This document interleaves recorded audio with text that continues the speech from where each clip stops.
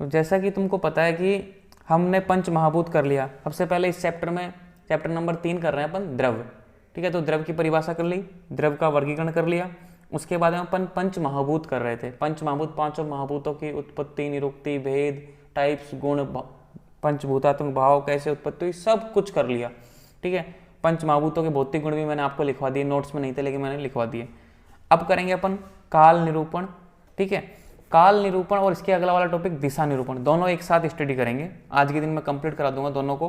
Very very important, मतलब बहुत ज़्यादा इंपॉर्टेंट है एग्जाम की दृष्टि से। इनमें से एक क्वेश्चन आता ही है। देखो वर्गीकरण का कभी कभी आता है, कभी कभी नहीं आता, लेकिन दिशा और काल में से कहीं ना कहीं से एक क्वेश्चन पुटअप होता ही है, चाहे कोई सा भी स्टेट हो। क्लियर? तो इन दोनों टॉपिकों को तो बिना बोले ही आप स्टार मार्क कर सकते हो। तो स्टार्ट करें। निष्पत्ति, कला शब्द का ककार वह आकार प्लस ली धातु का लकार लेकर काल शब्द निष्पन्न हुआ है। देखो काल शब्द की उत्पत्ति बताइए कि किस तरीके से व्युत्पन्न हुआ है, किस तरीके से काल शब्द बना है। कैसे? कला शब्द का ककार वह आकार, कला का क लिया और ला का आ लिया, मतलब आ वाली मात्रा, तो क्या बना? का।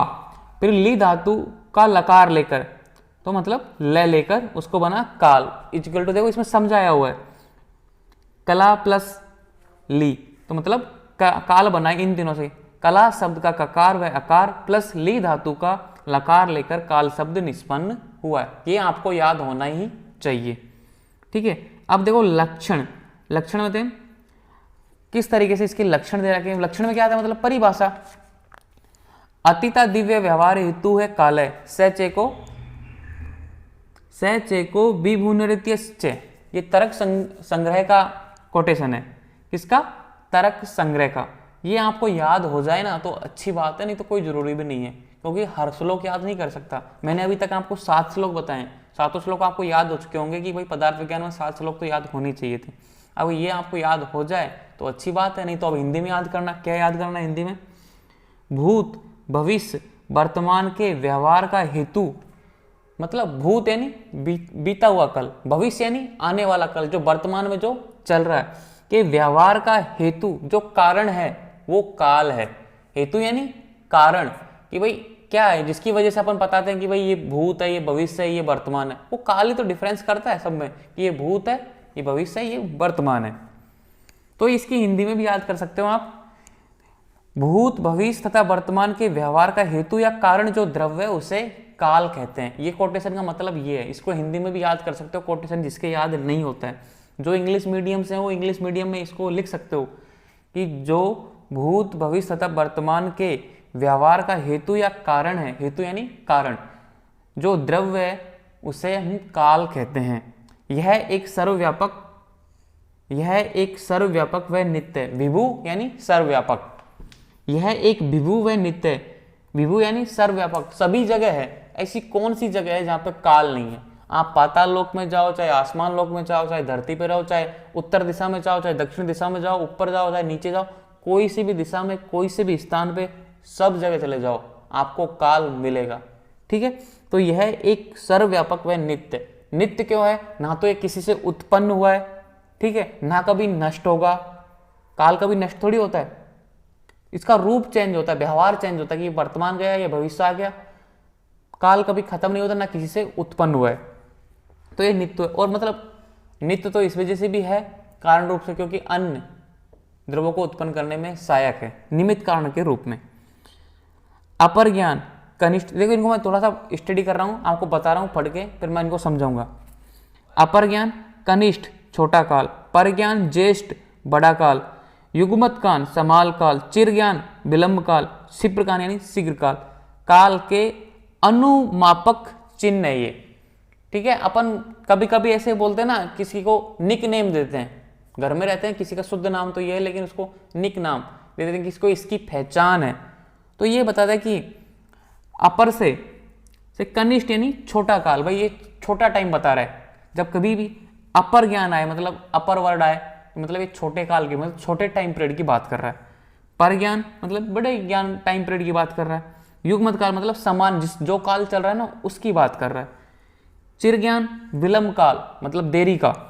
क्षिप्र ज्ञान यानी शीघ्र, जल्दी आने वाला है। ठीक है, मतलब जल्दी ही आ जाएगा ऐसा का। तो ये जैसे ये होता है जब अपन बुक लिखते हैं, राइटर है, किसी ने संहिता लिखी, ठीक है, कोई भी है, तो इन चिन्हों का यूज करेगा तो आपको समझ लेना चाहिए कि वो, आपको समझना चाहिए कि आपको कैसे पता चलेगा कि भाई ये कौन से काल की बात कर रहा है। उसने बोला कि चिरकाल में कुछ ऐसा होने वाला, तो आपको समझने वाला भाई देरी से, विलंब काल में कुछ ऐसा होगा, ठीक है। क्षिप्र ज्ञान बोला मतलब, क्षिप्र ज्ञान मतलब शीघ्र काल, जल्दी कुछ ऐसा होने वाला है। ऐसे मतलब अनुवादिक चिन्ह है, आपको इनको समझना चाहिए। मतलब भाषा किताब लिखने के एक तरीके पे काम आते हैं, आपको लोगों को समझाने में एक कोडवर्ड टाइप के एक तरीके से चिन्ह बनाए, काल के अनुपापक चिन्ह।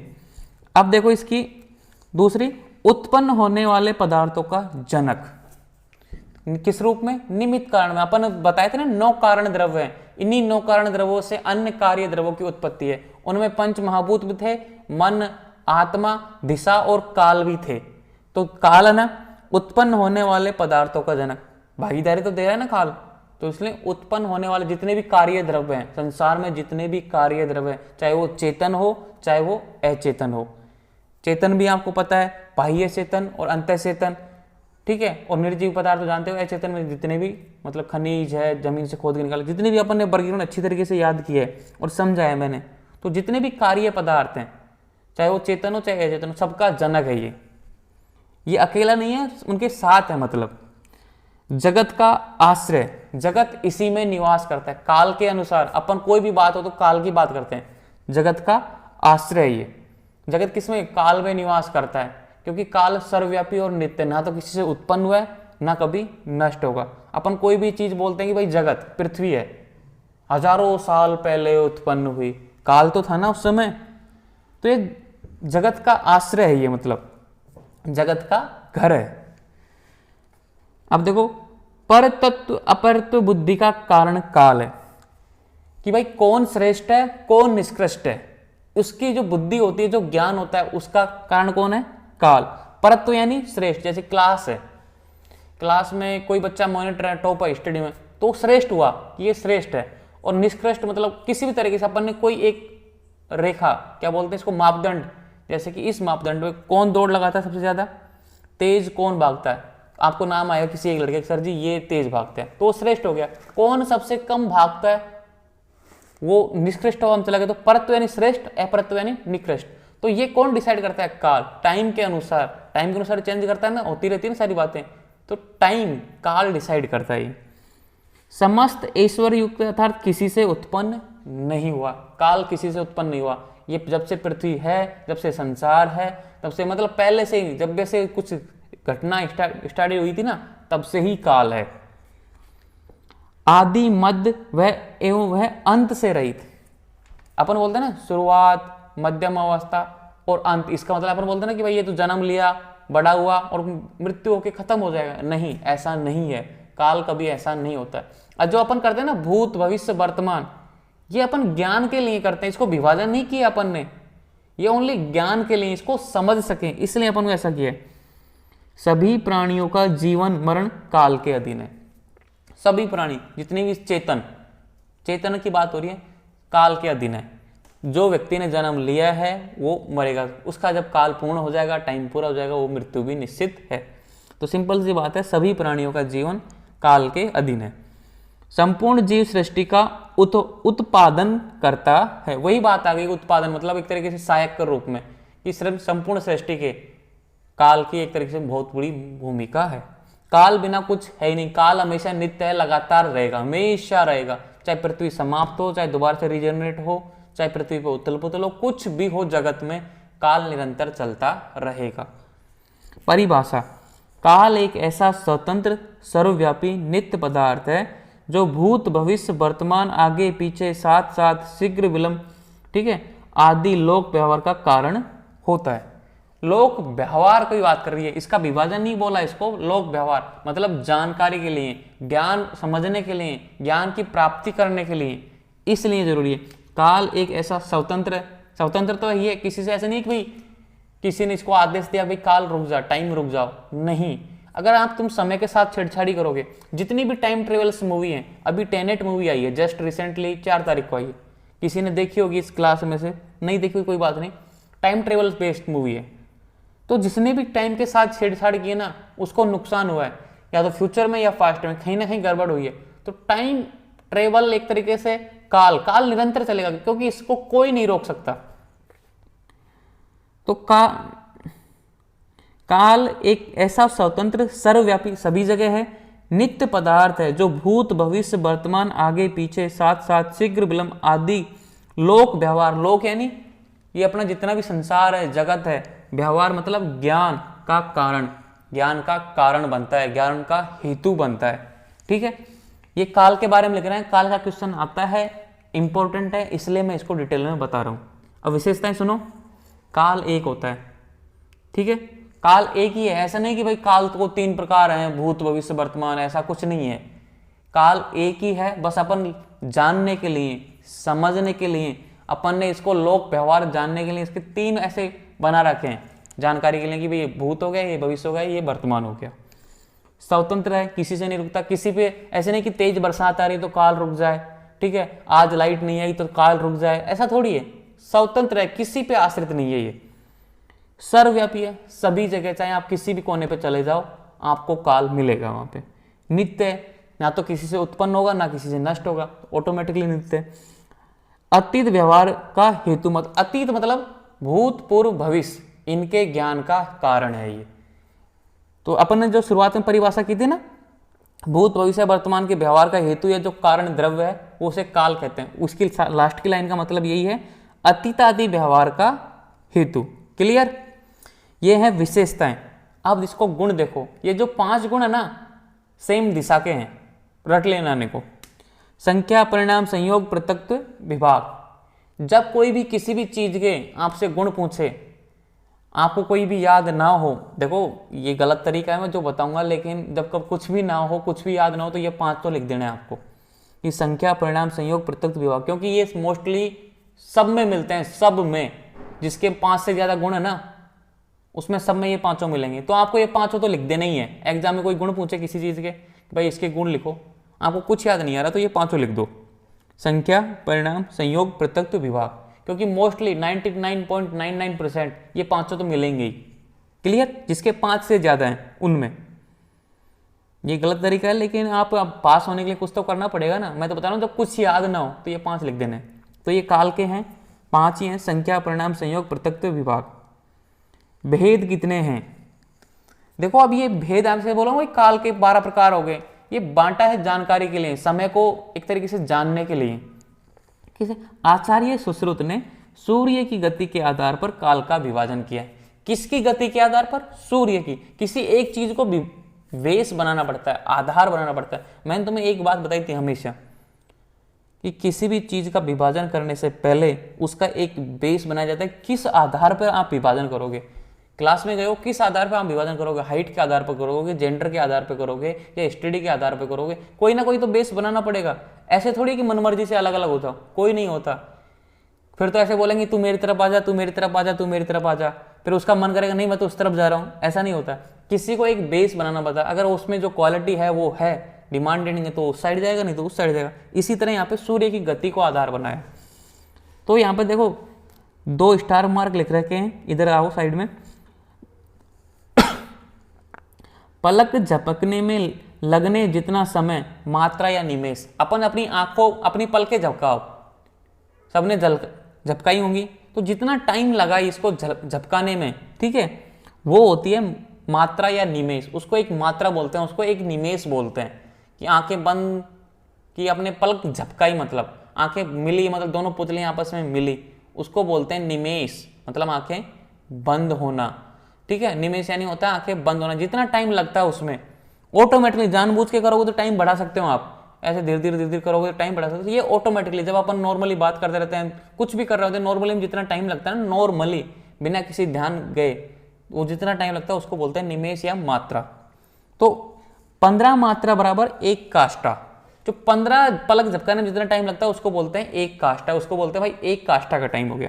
अब 30 काष्ठा बराबर 1 कला। क्लियर?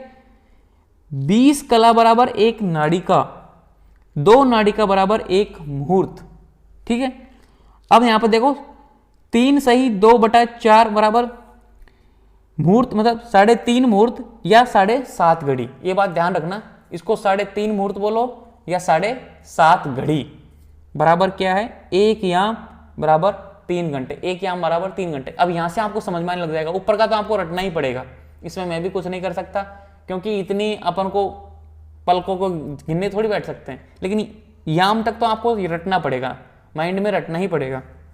तो यहाँ पे देखो 15 मात्रा बराबर 1 काष्ठा, 30 काष्ठा बराबर 1 कला, ठीक है, 20 कला बराबर 1 नाड़िका, ठीक है, 2 नाड़िका बराबर 1 मुहूर्त, और 3.5 मुहूर्त बोल दो या 7.5 घड़ी, 3.5 मुहूर्त या 7.5 घड़ी बराबर 1 याम या पहर बराबर 3 घंटे। Clear, 3 hours. अब देखो एक पहर में कितने होते हैं, 3 आवर्स, यहां लिख रहा है देखो 4 पहर, 4 प्रहर बराबर 1 दिन, 4 तिया 12, 12 आवर्स का एक दिन ही तो होता है या एक रात होती है, 12 घंटे की रात, 12 घंटे का दिन। ओके, अब देखो 8 पहर बराबर 1 अहोरात्र, अहोरात्र मतलब पूरा दिन और रात, 15 अहोरात्र मतलब 15 दिन और रात बराबर 1 पक्ष मतलब 15 दिन, ठीक है, 2 पक्ष बराबर 1 मास मतलब 1 महीना, 2 पक्ष मिलाएंगे 15 दिन, 2 पक्ष मिलाएंगे 1 महीना, 2 मास बराबर 1 ऋतु, 2 माह की 1 ऋतु होती है, आपको पता है शिशिर बसंत ग्रीष्म वर्षा शरद हेमंत 6 ऋतु हो गई ना। 3 मास बराबर 1 अयन, तो 3 मास बराबर 3 ऋतु बराबर 1 अयन, सॉरी 3 ऋतु बराबर 1 अयन, 3 ऋतु में कितने महीने हो गए, 6, तो उत्तरायण और दक्षिणायन 2 अयन हो गए, 2 अयन बराबर 1 वर्ष, ठीक है, संवत से मतलब पूरी साल, तो 2 अयन मतलब उत्तरायण और दक्षिण 12 महीने हो गए, तो 1 अयर हो गई, और 5 वर्ष बराबर 1 युग, आयुर्वेद अनुसार है ये, आयुर्वेद अनुसार 5 वर्ष को 1 युग माना जाता है। आई होप आपको ये सारा समझ में आया होगा कि यहाँ से याम के बाद में तो सब कुछ समझ सकते हो, आप कैलकुलेशन लगा सकते हो, ये तो गणित की बात है, नॉर्मली 10 तक की गणित है, कोई बड़ी गणित नहीं है जो ऐसे भाई साइन कोस थीटा वो करना पड़ेगा, ऐसा कुछ नहीं है, ओनली जोड़ गुणा बाकी भाग है, आप कर सकते हो, जोड़ सकते हो किस हिसाब से। बस आपको देखो ये पता होना चाहिए भाई, एक वर्ष में 6 ऋतुएं होती हैं, एक वर्ष में 2 यन होते हैं, ठीक है, एक ऋतु 2 माह की होती है, ये आपको याद होना चाहिए। क्लियर, ये आपको याद होना ही चाहिए क्योंकि इंपॉर्टेंट है। काल के टाइप्स आते हैं तो आपको ये लिखने हैं, भेद टाइप्स किसी भी तरीके के, तो 12 प्रकार। कभी कभी क्वेश्चन आता है काल के भेद लिखो, तो आप लिख दोगे भूत भविष्य वर्तमान, ये भी सही है क्योंकि आगे जाके इसी बुक में लिखा हुआ है कि काल के 3 प्रकार होते हैं, भूत भविष्य वर्तमान, और ये काल के 12 भेद हैं, मतलब 12 भेद है, 12 प्रकार से ज्ञान होता है। तो क्वेश्चन को समझना है आपको कि क्वेश्चन किस तरह का सारा है। कभी क्वेश्चन आएगा तो कभी भूत भविष्य वर्तमान नहीं पूछेगा, इनको पूछेगा, जितने भी ये है ना 12, एक ऋतु बराबर मतलब 2 यन बराबर 1 वर्ष तक का आपको याद होना चाहिए। और सबसे ज्यादा इंपॉर्टेंट देखो कितने स्टार लगा रखे, 4, 1 स्टार और ऐड कर लो, 5 स्टार कर लो इसको। आयुर्वेद में काल का महत्व वेरी वेरी इंपॉर्टेंट है। काल इतना महत्वपूर्ण नहीं है लेकिन ये इंपॉर्टेंट है ज्यादा। देखो मैंने आपको बताया कि काल इंपॉर्टेंट है, अब मैं बोल रहा हूं कि काल इतना इंपॉर्टेंट नहीं है लेकिन ये ज्यादा इंपॉर्टेंट है। मैं कंपैरिजन कर रहा हूं दोनों में, काल और इसमें। मैंने पहले कंपैरिजन किया अदर टॉपिक्स और काल में, तो काल ज्यादा हावी था। अब मैं काल और इसमें कंपैरिजन कर रहा हूं तो ये ज्यादा हावी हो गया। सिंपल सी बात है ना, तो इसकी ज्यादा प्रामाणिकता है। तो आयुर्वेद में काल का महत्व। आपको आंसर कैसे लिखना, ऐसे कैसे जैसे नोट्स में लिखा ना वैसे के वैसे लिख दोगे तो आपको पूरे नंबर मिलेंगे। आयुर्वेद में काल का अत्यधिक महत्व है, ये बात आपको लिखना भाई, अत्यधिक महत्व है। कैसे, आगे देखते हैं। प्राणियों में बल वृद्धि तथा क्षय, प्राणियों में मतलब चेतन व्यक्तियों में, प्राणियों में सजीवों में, चाहे वो पेड़ पौधे हो, चाहे वो मनुष्य हो, चाहे वो बालक हो, चाहे वो वृद्ध हो, कोई भी हो, ठीक, चाहे वो पशु पक्षियां तक हो, प्राणियों में बल वृद्धि मतलब कब ताकतवर महसूस करेगा, कब वो थका थका महसूस करेगा। ये सब काल के ऊपर डिपेंड है, टाइम के ऊपर डिपेंड है। कैसे? हेमंत ऋतु में बल उत्तम होता है, कि जैसे कि हेमंत ऋतु है, शिशिर ऋतु है, हेमंत ऋतु है, दोनों एक ही हैं क्योंकि सर्दियों के टाइम है 2-2 महीने के। तो हेमंत और शिशिर दोनों अलग अलग है, लेकिन सर्दी की बात बोलते हैं, मोस्टली बोलते हैं सर्दी। उसमें बल होता है उत्तम, व्यक्ति अच्छा खाना खाता है, मधुर अम्ल लवण युक्त भोजन करता है, मतलब मधुर से मधुर ज्यादा घी तेल खाता है, तो ताकतवर महसूस करता है, मतलब बल उत्तम होता है। ग्रीष्म में सूर्य अपनी तीक्ष्ण अवस्था में रहता है, व्यक्ति ज्यादा काम नहीं कर सकता, जल्दी थकता है, तो न्यूनतम रहता है। तो ये प्राणियों की बात है। पेड़ पौधे भी सूखे सूखे हो जाते हैं गर्मियों में, सर्दियों में नई कोमल पत्तियां खिलती हैं पेड़ पौधों में, बहुत सारी चीजें। तो आप कैसे भी इसको देख सकते हो। काल किसके ऊपर डिपेंड है? टाइम के ऊपर, क्योंकि काल ही तो चेंज हो रहा है, व्यक्ति वही है, जैसे कि मैं वही हूं, लेकिन गर्मियों में मेरी हालत अलग रहेगी, सर्दियों में प्रेजेंट टाइम में मेरी अलग है। किसके ऊपर डिपेंड है? टाइम के अनुसार। आप थोड़ी चेंज हो रहे हो, टाइम चेंज क्या हो रहा है? टाइम चेंज हो रहा है, और आपके टाइम के अनुसार आपका बल भी चेंज हो रहा है, आपकी बॉडी की है ना क्रियाविधि चेंज हो रही है। तो सब प्राणियों में बल वृद्धि तथा क्षय काल पर डिपेंड है। पहला पॉइंट, दोषों का संचय प्रकोप समन। ठीक है, आपने अष्टांग हृदय का तो बहुत फेवरेट टॉपिक है, फिजियोलॉजी का ये बहुत फेवरेट है। दोषों का संचय प्रकोप समन खूब पढ़ा होगा आपने अच्छी तरीके से, कि दोष कौन सी ऋतु में संचित होते हैं, कौन सी ऋतु में प्रकोपित होते हैं, कौन सी ऋतु में उनका समन होता है। ये सब काल पर डिपेंड करता है।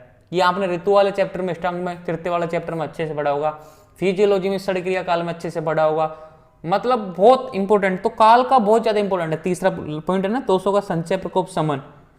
यथा वर्षा में बात प्रकोप, जैसे कि देखो वर्षा ऋतु में बात का प्रकोप होता है, क्यों? क्योंकि ग्रीष्म ऋतु में बात का संचय होता है, तो उससे आने वाली अगली ऋतु कौन सी है? वर्षा। वर्षा में बात का प्रकोप होता है। इसी तरीके से कब का संचय कौन सी ऋतु में होता है? शिशिर में। प्रकोप कौन सी में होता है? बसंत में। समन कौन सी में होता है? समन में। ये तो रट लेने चाहिए तब अब तक, क्योंकि आपके एग्जाम होने वाली हैं। तो ये कॉन्सेप्ट है ना दोषों का संचय प्रकोप समन, वेरी वेरी इंपॉर्टेंट। इसको आपको है ना, ये होमवर्क है एक तरीके से आपके लिए, कौन सी ऋतु में कौन से दोष का संचय हो रहा है, कौन सी ऋतु में कौन से दोष का प्रकोप हो रहा है, ये सभी बच्चे आप मुझे बताओगे, क्योंकि ये इंपॉर्टेंट है। फिजियोलॉजी, अष्टांग हृदय, पदार्थ विज्ञान और आपकी लाइफ टाइम जीवन में इसी के कॉन्सेप्ट पे आधारित चिकित्सा चलेगी, कि कौन सी ऋतु में कौन सा दोष संचय हो रहा है, कौन सा दोष समन हो रहा है। ठीक है, तो सभी बच्चे मुझे दिखाओगे कि कौन सा, मतलब ज्यादा नहीं है, 3 लाइन है लिखनी है, कि कौन सा दोष कौन सी ऋतु में समन हो रहा है, प्रकोपित हो रहा है और घट रहा है। वनस्पतियों की उत्पत्ति काल के अधीन है। सही बात है कि काल ही नहीं होगा तो उत्पत्ति नहीं होगी, क्योंकि उत्पत्ति में निमित्त कारण है वो। ऋतुओं के स्वास्थ्य कर प्रस्वास्थ्य कर प्रभाव काल के अनुस्वार। ऋतुओं के स्वस्थ कर व अस्वस्थ कर स्वभाव प्रभाव काल के अनुसार। भाई ऋतुओं में कौन सा व्यक्ति स्वस्थ रहेगा, कौन व्यक्ति, सब काल के अधीन है, टाइम के अनुसार है, डिपेंड सब टाइम पे। और टाइम किस पे डिपेंड है? सूर्य। तो सूर्य जैसे अपने देखो प्रकाश चेंज हो रहा है, और काल एक तरीके से जैसे काल चेंज हो रहा है तो सूर्य चेंज हो रहा है। अपन ऐसे फिक्स नहीं कर सकते भाई सूर्य चेंज हो रहा है तो काल चेंज हो रहा है, नहीं, काल चेंज हो रहा है तो भी सूर्य चेंज हो सकता है ना, ऐसे भी तो बोल सकते हैं ना। इसलिए ये दोनों स्वतंत्र हैं, अपनी अपनी नियत क्रियाएं करते हैं। औसत द्रव्यों का संग्रह काल की उपेक्षा करता है। अपेक्षा का मतलब होता है कि जो औषधि प्लांट्स, ठीक है, मेडिसिन जो भी संग्रहित करते हैं खेत से या जंगल से या फिर पर्वत से या हिमालय से, जहां से भी, वो टाइम पे कि भाई कौन सी ऋतु में कौन सी औषधि का संग्रहण करना चाहिए, वेरी वेरी इंपॉर्टेंट। क्योंकि अगर आप मान लो आपको चाहिए हरी पत्तियां, आप जा रहे हो ग्रीष्म ऋतु में सूखी पत्तियां लेने, कोई काम की नहीं है, वो रोग को ठीक ही नहीं करेंगे। आपको चाहिए सूखी पत्तियां, आप जा रहे हो बरसात के मौसम में, कोई काम की है क्या? तो इसलिए काल टाइम डिपेंड करता है। क्या मैं बहुत धीरे चल रहा हूं क्या आज? बहुत मनुष्य अश्विनी मृगशिरा नक्षत्र संग्रह का निर्देश है, ये सब मतलब बताया हुआ है एग्जाम्पल में। बसंत में शाखा और पत्तों का, ये सेकंड ईयर का टॉपिक है, यहाँ पे भी लिखा हुआ है, थोड़ा थोड़ा एग्जाम्पल तो बता रहा हूँ। बसंत में कौन सी ऋतु है? शाखा और पत्तों। कोई सी भी बसंत ऋतु में आपको, बसंत ऋतु मतलब मार्च और अप्रैल मोस्टली टाइम, अप्रैल से 5 दिन मतलब पहले ही खत्म हो जाती है, और फरवरी में 5-10 दिन पहले शुरू हो जाती है, खत्म होने से 25 फरवरी से स्टार्ट हो जाती है मान लो बसंत, 25 फरवरी से 24 अप्रैल तक शायद, हाँ 24 अप्रैल तक वो होती है बसंत। शाखा और पत्तों का, कोई की किसी भी औषधि की शाखा इकट्ठी करनी चाहिए, पत्ते इकट्ठे करने हैं तो बसंत ऋतु में करो, ठीक है। शरद में छाल, कंद व छीर का। छाल क्या होती है? जो छाल होती है ना बाहर की लेयर, कॉर्टेक्स के बाहर जो छाल होती है, एपिडर्मस, वो। छीर यानी लेटेक्स, दूध जो भी निकलता है उसका। हेमंत में साहर भाग का, जो मतलब अपन तना काटते हैं, तना के अंदर जो अंदर होता है ना जाइलम और फ्लोएम, वो साहर भाग, ठीक है। ग्रीष्म और शिशिर ऋतु में मूल का, मतलब जड़ों का संग्रह करना चाहिए। बहुत इंपॉर्टेंट है ये, यहाँ पे ऐसे छोटे छोटे लिख रखा है तो इसको ऐसे हल्के में मत लेना, क्योंकि आपका पूरा आयुर्वेद जीवन इसी में निकलेगा कि आपको कौन सी औषधि कब संग्रहित करनी है। तो ये आपको ये ज्ञान होना चाहिए। जब भी आप जंगल में जाओगे, जब भी आप डॉक्टर बनोगे, जब भी आप वैद्य बनोगे, जब भी आप पेशेंट को ट्रीट करोगे, तो ये सारी चीज़ें बहुत फैक्ट रखती हैं। क्योंकि हमारे गाँव में एक वैद्य है जिनसे मुझे ऐसा लगता है कि मुझे ऐसा बनना है, तो जब भी वो गाँव में आते हैं ना तो बच्चों को पैसे देते हैं कि बच्चे जाओ जंगल में ये लेके आओ, और वो खूब पैसे देते हैं बच्चों को। बच्चे खुशी खुशी जाते हैं और ढूंढ के लेके आते हैं। तो उनको देखो औषधि अच्छी की अच्छी मिलती है, बच्चों को पैसे मिल जाते हैं। तो आपको पहचान होनी चाहिए औषधि की, कौन सी ऋतु में कौन सा क्या करना चाहिए, ये भी ध्यान होना चाहिए। रोग उत्पत्ति में काल प्रधान कारण है। सिंपल सी बात है, काल के ऊपर डिपेंड है। कैसे?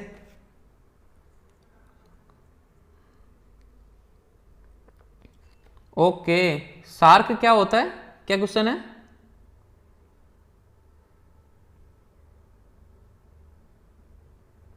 हेलो,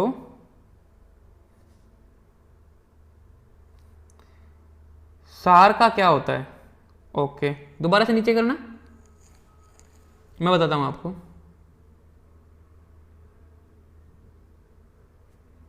शाखा, सार्क नहीं है ये, शाखा है। शाखा यानी एक तरीके से टहनियां, छोटी छोटी डंडियां होती है ना, शाखा, ब्रांचेज, वो है ये। सार्क नहीं है ये, शाखा है। क्लियर? छाल होती है एपिडर्मिस, जो बाहर की जो होती है ना रूखी सूखी त्वचा सी, वो। ये तो नॉर्मल बात है। चलो आगे बढ़ते हैं। रोग उत्पत्ति में काल प्रधान कारण है। क्यों? क्योंकि बाल अवस्था में बाल के जरावस्था, जरावस्था में होता है बूढ़े व्यक्ति, ठीक है, में जरा रोग काल का ही परिणाम है। ऐसे थोड़ी है कि भाई बचपन के रोग, जो बच्चे को जो रोग होते हैं वो बूढ़े व्यक्ति में हो रहे हैं या जवान व्यक्ति में हो रहे हैं, नहीं होते। क्योंकि बच्चे वाले में बच्चे को बच्चे वाले रोग होंगे, बूढ़े व्यक्ति को बूढ़े वाले रोग होंगे। जैसे कि बुढ़ापे में अपनी जॉइंट्सों में दर्द होना, ठीक है, जो जितने भी जॉइंट्स हैं उनमें दर्द होता है, चला नहीं जाता, ठीक है, शरीर झुक जाता है, झुर्रियां पड़ जाती हैं। ऐसे थोड़ी है कि भाई बचपन में बच्चा पैदा हुआ और 5 दिन बाद में उसके चेहरे पे झुर्रियां पड़ गई, नहीं, क्योंकि काल के ऊपर डिपेंड है सब टाइम। आहार विहार का काल अनुसार प्रयोग स्वास्थ्यप्रद है। अगर आप भोजन सही टाइम पे कर रहे हो, सही टाइम पे खा रहे हो, सही टाइम से सो रहे हो, सही टाइम से अपनी लाइफस्टाइल जी रहे हो, तो बार बार क्या आ रहा है? सही टाइम, सही टाइम मतलब काल। अगर आप सही ढंग से पालन कर रहे हो तो आप समझ तो काल इंपॉर्टेंट हुआ कि नहीं हुआ? भोजन पूर्व पिया गया जल कार्सता उत्पन्न करता है। मतलब भोजन से पूर्व अगर आप खाना खा रहे हो, जैसे खाना स्टार्ट कर रहे हो आप 10 बजे, आपने 9:45, 9:55 या मतलब 5 मिनट पहले पानी पी लिया पेट भर के, तो अगर आप ऐसा करते हो तो आप पतले रहोगे, ठीक है। तो वो जो खाना खाओगे ना कम खाओगे, तो क्योंकि पानी पीने से पहले ही पेट भर गया, इस वजह से थोड़ा कम खाना खा पाओगे और आपकी मतलब पतलापन पैदा करेगा बॉडी को। भोजन में पिया गया जल, भोजन के उपरांत, ये देखो यहाँ पे सामने, भोजन अंत के उपरांत, भोजन कर लिया अपन ने, भोजन करने के बाद में अपन हाथ धोते हैं, हाथ धोने के बाद में 1-2 गिलास पानी और पी जाते हैं साथ में, वो नहीं पीना चाहिए। वो आपको स्थूलता, मोटापा लाएगा बॉडी में, ठीक है, फैट बढ़ाएगा बॉडी में, कफ को बढ़ाएगा बॉडी में, ठीक है। भोजन मध्य, भोजन के मध्य में, जैसे कि मेरी हैबिट है भोजन के मध्य में पानी पीने की, और वो सबसे बेस्ट है, वो उत्तम है। क्लियर? क्योंकि अपन को भोजन को जब खाते हैं ना उसको चबाने में भी आसानी होती है, पानी पी लेते हैं बीच बीच में, ऐसे रूखा सूखा भी नहीं रहता, नॉर्मल सा रहता है। और ज्यादा पानी भी नहीं पीना चाहिए। ऐसा नहीं कि आप 2 घास खा रहे हो 1 गिलास पानी पी रहे हो, फिर 2 घास खा रहे हो फिर 1 गिलास पानी, नहीं, आप मीडियम पानी पीजिए, मतलब लेकिन भोजन के मध्य में पीजिए, ठीक है। उससे आपको क्या पेट में जलन भी नहीं होगी, खाना खाने के बाद में जब जलन सी होती है ना, वो भी जलन सी नहीं होगी, क्योंकि आप पानी उसको पहले से ही नॉर्मल कर चुके हो। काल का प्रभाव औषधि पर पड़ता है, सब पे पड़ रहा है, तो औषधि कौन सी चीज है? औषधि कोई बाहर से थोड़ी, कोई ऐसे नहीं इस जगत से बाहर से आई है, नहीं, इसी जगत की है ना, इस जगत पे काल का प्रभाव पड़ रहा है तो औषधि पे पड़ रहा है। और औषधि, सीधी सी बात यह है कि औषधि पेशेंट को ठीक करेगी, तो सीधी सी बात है पेशेंट पे भी असर पड़ेगा काल का। जैसे कि 100 वर्ष पुराना घी 100 वर्ष पुराना घी, जैसे कि रिसेंटली हम शहद इकट्ठा किया था हमने, तो उसको रख दिया पैक करके कि हम 5 साल या 10 साल बाद में देखेंगे कि इसमें क्या इफेक्टिव होता है। वो लिखा हुआ कि पुरानी चीज़ें ज़्यादा कारक होती हैं। जैसे कि 100 वर्ष पुराना घी कफ और वात नाशक, कफ का नाश करेंगी और वात का नाश करेगी। बल चक्षु से मेद, अपने बल को बढ़ाने वाली, अगर 100 वर्ष पुराने घी का सेवन करोगे तो बल बढ़ेगा बॉडी का। चक्षु से, आंखों पे लगाएंगे तो आंखों की रोशनी बढ़ेगी।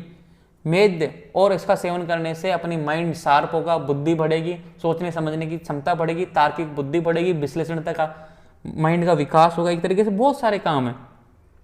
आसव अरिष्ट, जितने भी पुराने उतने ही गुणकारी होते हैं, और जितने भी ये किण्वित पदार्थ हैं, आसव अरिष्ट हैं, मतलब एक तरीके से शराब टाइप के हैं, जितनी पुरानी होंगी, जितनी पुरानी शराब, 1000 साल पुरानी, 500 साल पुरानी, आपने एवेंजर्स हैं देखी है ना, उसमें वो थोर पीता है, ठीक है, तो बोलता है ये तो बहुत पुरानी है। तो मूवी देखा करो, बहुत अच्छी चीज़ होती है मूवी भी, उससे ज्ञान मिलता है। 100 वर्ष पुराना घी, आशा वरिष्ठ, जितने पुराने उतने ही गुणकारी होते हैं। तो जितनी पुरानी शराब उतनी महंगी, आपने ये तो सुना होगा ना, सिंपल सी बात है। तो जितनी पुरानी चीज़ आयुर्वेद के अनुसार जो काम की है, जो खराब नहीं होती हो, वो उतनी ही गुणकारी होती है, इतनी इफेक्टिव होती है। अतः आयुर्वेद में काल का महत्व पग पग पर है, मतलब कदम कदम पर है। अपन काल के बिना कुछ कल्पना ही नहीं कर सकते।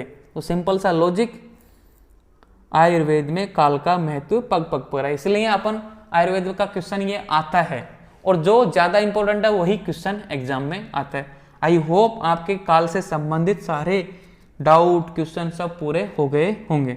अब हम बात करते हैं दिशा निरूपण। इंपॉर्टेंट सूचना सभी बच्चों के लिए, 9 और 10 तारीख का आपका ओप है क्लास का, ठीक है, क्लियर। मैं कहीं बाहर जा रहा हूं किन्हीं कारणों की वजह से, तो क्लास नहीं ले पाऊंगा उस टाइम पे मैं। तो 9 और 10 तारीख का आपका ओप है। क्लास की सिलेबस की टेंशन मत लीजिए आप, सिलेबस आपका मैं पूरा कराऊंगा, ठीक है। आप ये मत सोचना कि भाई सिलेबस नहीं कराएंगे, सिलेबस मैं पूरा कराऊंगा, उसकी टेंशन मत लो। लेकिन आपका 9 और 10 का ओप है, क्लियर। अब देखते हो दिशा निरूपण। जिस तरीके से काल इंपॉर्टेंट है ना, उसी तरीके से दिशा भी इंपॉर्टेंट है। मैंने आपको एक बात बताई थी, काल या दिशा में से एक न एक क्वेश्चन आता है, और अपन काल और दिशा को साथ में स्टडी करेंगे, मैंने ये भी बोला था। आई लेकिन मुझे पता लगता है कि आज की क्लास में दिशा हो पाएगी। हाँ, टेस्ट तो मैं लूंगा, कल टेस्ट के लिए मैं पेपर भेज दूंगा, 2 दिन में आपको यही काम करना है, ठीक है। तो टेस्ट का पेपर आपको मिल जाएगा, तीनों चैप्टरों का मिलेगा, काल तक, दिशा तक का, काल, दिशा, द्रव्य का वर्गीकरण, दर्शन और आयुर्वेद के मूलभूत सिद्धांत, आयु के टाइप्स, सिद्धांत के टाइप्स, ये सारी चीजें टेस्ट में आएंगी। तो इन 2 दिनों में आपको टेस्ट की तैयारी करनी है और टेस्ट देना भी है। मैं जैसे ही मुझे टाइम मिलेगा कल दोपहर तक आपको मैं क्वेश्चन भेज दूंगा, क्लियर। 17 बच्चे क्लास में है, सुन रहे होंगे सारे बच्चे। दिशा निरूपण करते हैं अपन। कारण द्रव्यों में दिशा का अपना विशेष महत्व है। कारण द्रव्य, जिस बच्चे ने क्लास शुरू से सभी ले रहे हैं, आपको पता है कि अपन ने शुरुआत में द्रव्य स्टडी किए थे, तो 9 कारण द्रव्य थे, 5 महाभूत, मन, आत्मा, दिशा और काल। तो काल कर चुके हैं, 5 महाभूत कर चुके हैं, मन और आत्मा आगे पढ़ेंगे और दिशा का नंबर आएगा। एक एक जो द्रव्य है, 9 कारण द्रव्य थे ना, उनमें को एक एक को डिटेल में स्टडी कर रहे हैं। आपको तो ना टिप्स पे हो जाना चाहिए पदार्थ विज्ञान, इतना डिटेल में स्टडी हो रही है। तो अपन अब देख 9 कारण द्रव्यों में दिशा का अपना विशेष महत्व है। किसी वस्तु, स्थान या स्थिति का दिशा के बिना निर्देश करना कठिन है।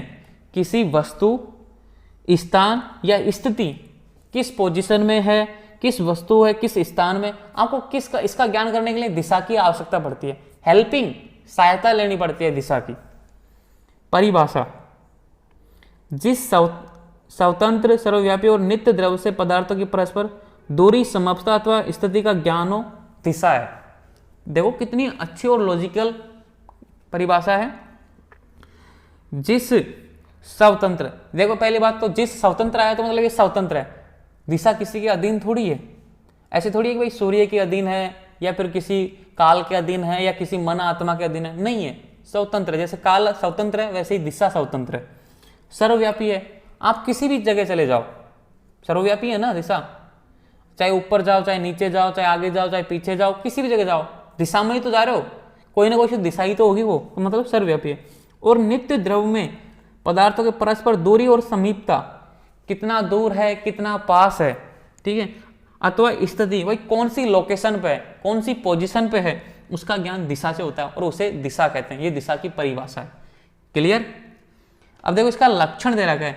अब इसका लक्षण में वही कोटेशन दे रखा है जैसे काल की तरह। तो कोई जरूरी नहीं है, कोटेशन याद हो जाए तो अच्छी बात है, नहीं हो तो कोई बात नहीं, सिंपल सी बात है। देखो मैं कोटेशन के पीछे वही बताता हूँ आपको जो आपको याद करनी ही चाहिए, करनी ही चाहिए। तो कैसे है, प्रत्यादि व्यवहार हेतु दिव्य सा चेका नित्या विभो च, तर्क संग्रह का ये कोटेशन है। काल का भी तर्क संग्रह का ही था। प्राची आदि यानी पूर्व पश्चिम उत्तर दक्षिण दिशाओं का व्यवहारिक ज्ञान कराने वाले द्रव्य दिशा है। जो पूर्व पश्चिम उत्तर दक्षिण ये ऐसी दिशाओं का ज्ञान कराता है ना, वो उसे दिशा कहते हैं।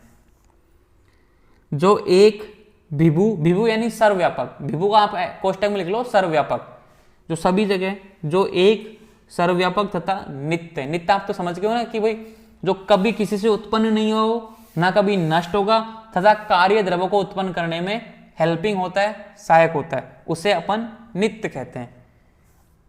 आपके साथ साथ मेरे कॉन्सेप्ट भी क्लियर हो रहे हैं, तो इसलिए मुझे क्लास लेने में मजा आता है, ठीक है। मैं भी तो पढ़ता हूँ, आपकी क्लास लेने से पहले 1 से 2 घंटे मुझे सेल्फ स्टडी करनी पड़ती है, ताकि आपको मैं अच्छे अच्छे एग्जाम्पल और अच्छे अच्छे जो उदाहरण है उसके साथ समझा सकूँ।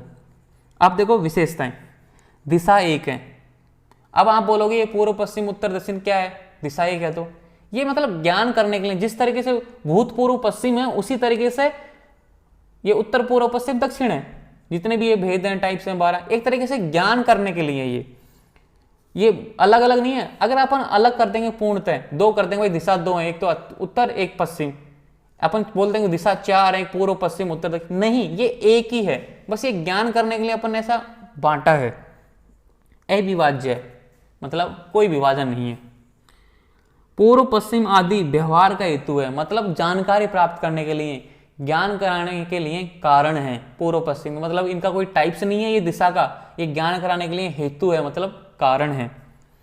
स्वतंत्र है, किसी पे नहीं है, मतलब ऐसा नहीं किसी पे कहने से ऐसे दिशा चेंज हो जाएगी। मैं बोल रहा हूँ जैसे मन बोले कि नहीं ये उत्तर दिशा है, नहीं ऐसा बोलना, मन बोलने से क्या होता है, जो है वो है, स्वतंत्र है वो, सर्वव्यापक है, सभी जगह और नित्य है। क्लियर। आपको ऐसे के ऐसे डिट्टो एग्जाम में लिखना है, ऐसे मत लिख देना लेकिन कि नित्य दिशा, नित्य दिशा सर्वव्यापक है, ऐसे आपको लिखना है। थोड़ा बड़ा चढ़ा के भी लिख नहीं देना, अपनी तरफ से हेल्प कर लेना। गुण देखो, संख्या परिणाम पृथक संयोग विभाग 5, same to same ditto copy, आपको ऐसे कैसे लिख देने हैं। संख्या परिणाम पृथक संयोग विभाग, मैंने आपको क्या बताया, जिस भी कंटेंट द्रव के गुण पूछे आपसे, कुछ भी याद नहीं आ रहा तो ये 5 तो लिख देने ही हैं, क्योंकि ये 5 हर में मिलेंगे। पर्यायवाची, दिक काष्ठा कुकुम आशा हरित, पर्यायवाची तो खैर कहीं भी नहीं आएगा आपके बीएमएस फर्स्ट ईयर में, लेकिन पीजी में जरूर आ सकता है, तो याद होने चाहिए। क्योंकि पीजी में कभी कभी ऐसे क्वेश्चन आ जाते हैं जो उम्मीद से परे होते हैं। बहुत से ऐसे होते हैं दिशा के पर्यायवाची थोड़ी आते हैं, क्या करें, छोड़ देते हैं, लेकिन वो आ जाते हैं कभी कभी। दिक काष्ठा कुकुम आशा और हरित। भेद, उपाधि भेद से इसके 10 भेद हैं। ये आपको नाम तो ऐसे याद नहीं होंगे जैसे सारणी लिख रखे हैं, आपको ये डायग्राम की सहायता से याद होंगे, जो डायग्राम नीचे है। भेद देखो, प्राची, प्रीतिची, उदीची, अताची, ईशान कोण, व्यायु कोण, अग्निकोण, नेतृत्व कोण, ये हैं इनके आयुर्वेदिक नाम। कौन सी, प्राची को बोलते हैं पूर्व, प्रीतिची को बोलते हैं पश्चिम, उदीची को बोलते हैं उत्तर और अताची को बोलते हैं दक्षिण। ठीक है। ऊर्ध्व और अध, ये ऊपर मतलब नीचे, ऊर्ध्व यानी ऊपर है, अध यानी नीचे। फिर है 7वीं ईशान कोण, 8वीं है व्यायव्य कोण, 9वीं है अग्नि कोण और 10वीं है नेतृत्व कोण। अब जो ये डायग्राम है इसको समझो, पूर्व पश्चिम उत्तर दक्षिण, ये तो है लाल पेन से देखो। क्लियर। अब पूर्व के कोष्टक में लिख सकते हो प्राची, ठीक है, पश्चिम के कोष्टक में लिख सकते हो प्रीतिची, उत्तर के कोष्टक में लिख सकते हो उदीची, और फोर्थ के दक्षिण के कोष्टक में साथ में लिख सकते हो अताची। ये तो हो गए आयुर्वेदिक नाम, मतलब 4 तो हो गई, एक ऊपर और एक नीचे।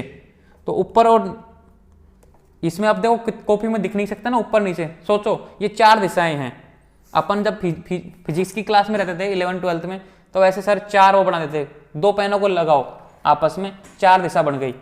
ठीक है। अब इनके ऊपर ऊपर और नीचे 2 दिशा भी तो बन रही हैं, वो है ऊपर और नीचे। अब इनके बीच में देखो ईशान कोण, वायव्य कोण, अग्नि कोण और नेतृत्व कोण। अब इसको या तो ट्रिक्स बना लो अपने हिसाब से, सब ट्रिक्स बनाते हैं अपने अपने हिसाब से। तो मैंने तो ऐसे कुछ याद ट्रिक्स की नहीं थी, डायग्राम सेट कर लिया था माइंड में कि भाई पूर्व और दक्षिण के मध्य में आग्नेय कोण है, दक्षिण और पश्चिम के मध्य में नेतृत्व कोण है, पश्चिम और उत्तर के मध्य में वायव्य कोण है और उत्तर और पूर्व के मध्य में ईशान कोण। कैसे? अग्नि ने, मैंने कैसे याद किया? अग्नि ने वायु, अग्नि ने वायु याद की मैंने। तो अग्नि शुरुआत में आ गई पूर्व और दक्षिण, फिर उसके बाद में अग्नि ने, यानी नेतृत्व, ने वायु नेतृत्व, और फिर उसके बाद में पश्चिम और उत्तर के मध्य वायु कोण आ गया। फिर बचा कौन सा? ईशान कोण, जो ऑटोमेटिक खाने में आ जाता है। ये डायग्राम को सेट कीजिए माइंड में, तब ये आपको याद होगा। ठीक है, मुझे नहीं लगता आयुर्वेद में चलो हाँ करवा देते हैं। आयुर्वेद में दिशा का महत्व, ये आपको नाम याद ऐसे नहीं होंगे, आपको ये डायग्राम की सहायता से समझने पड़ेंगे और डायग्राम को माइंड में फिट करना पड़ेगा। जैसे अपन किसी चीज की इमेज बना लेते हैं ना, इसी तरह दिशा के टाइप्स के जैसे उपाधि भेद से 10 प्रकार है ना, वो आपको याद करने पड़ेंगे। 4 तो उत्तर पूर्व, उत्तर पश्चिम नहीं, पूर्व पश्चिम उत्तर दक्षिण, 4 तो ये हो गए, एक ऊपर और एक नीचे, मतलब 6 हो गई। बच्चे 4 के जो बीच में चारों, वो आपको याद होने चाहिए डायग्राम की सहायता से। और ये डायग्राम इंपॉर्टेंट है, एग्जाम में आए तो ऐसे कैसे बना के आना है।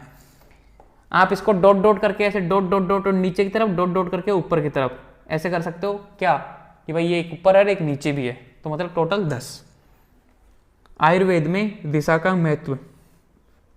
एक बात बताओ, समझ में आ रहा है ना? कोई प्रॉब्लम तो नहीं है 2 दिन की छुट्टी से आपको? कल टेस्ट भी होगा आपका, मैं क्वेश्चन भेज दूंगा आपके पास, 1 दिन का टेस्ट का टाइम भी मिल जाएगा लिखने के लिए और आंसर सबमिट करने के लिए। आयुर्वेद में दिशा का महत्व। मनुष्य की दिनचर्या में आने वाले सामान्य क्रम में दिशा का अत्यधिक महत्व है।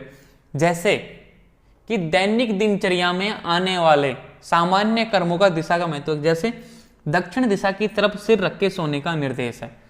कभी कभी आपने देखा होगा कि अपन कैसे भी सो जाते हैं, कोई रूल रेगुलेशन नहीं है। स्टूडेंट लाइफ में कोई रूल रेगुलेशन नहीं होता कि अपन जैसा आपको बिस्तर मिला आप सो गए, लेकिन धीरे धीरे आप ना किसी ऐसे गलत दिशा में करके सोइए, आपको ऐसा फील होने लग जाएगा, कुछ बेचैनी सी है, नींद नहीं सही ढंग से आएगी, कुछ ना कुछ ऐसा इफेक्टिव लगता है आपको। तो समझ लेना चाहिए कि ये ऐसा रूम का कुछ असर नहीं है, कुछ खाने पीने का असर नहीं है, ये दिशा का असर है।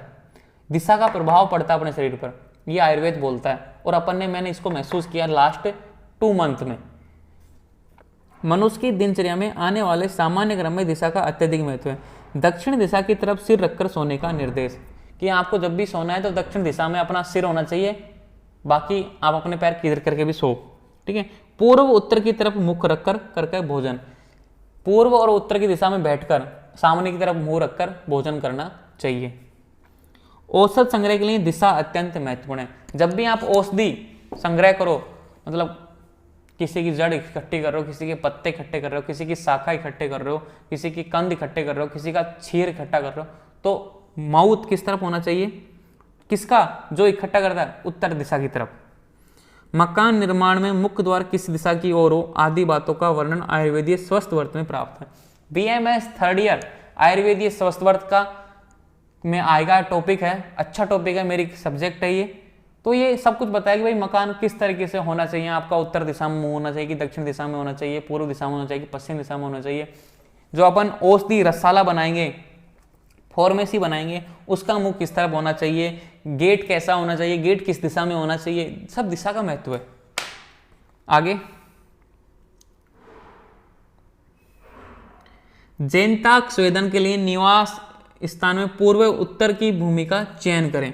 जैनताक स्वेदन मतलब एक तरीके से गर्मी बोलते ना, एक तरीके से गर्म ग्रह, गर्म ग्रह, जो मतलब उसमें गर्मी की एक तरीके से उष्णता मिलती हो ऐसे ग्रहों में रहने से, तो बोलते हैं जैनताक स्वेदन के लिए निवास स्थान, निवास स्थान में पूर्व उत्तर की, जहां पे मतलब निवास स्थान की मतलब एक तरीके से निर्वात है, या निवास बोल दो या निर्वात, जहां पे वायु का ज्यादा संपर्क में ना हो, या फिर उसमें रहें जहां पे जैनताक स्वेदन मतलब उष्णता मिले। स्वेदन यानी उष्णता, शरीर को गर्म करना, हीट देना, ऊष्मा देना किसी भी तरीके से।